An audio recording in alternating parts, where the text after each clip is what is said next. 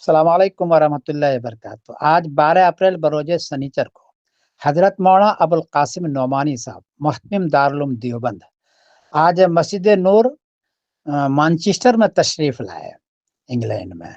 اچھی مجلس رہی، بہت اچھی تقریر کی۔ اس طرح تقریر کی کہ دیوبندیوں کا حق ادا کر دیا اور بتایا کہ دیوبندی مسلک بہت ہی افراط اور تفریط سے پاک ہے اور بہت اچھا ہے۔ یہ کافی علماء اس میں شریک تھے۔ حضرت نے تقریر فرمائی، سبھی نے سنا، سب نے استفادہ کیا۔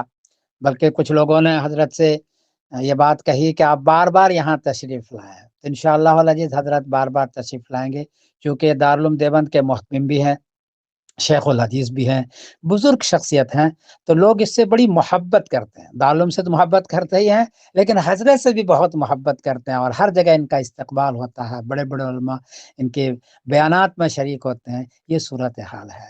ہم برطانیہ والے بہت خوش ہیں اور شکریہ ادا کرتے ہیں حضرت محتمم صاحب کا کہ انہوں نے ہمیں وقت دیا اور اس ملک میں آ کر کے ہمیں بہت اچھی اچھی نصیحت کی۔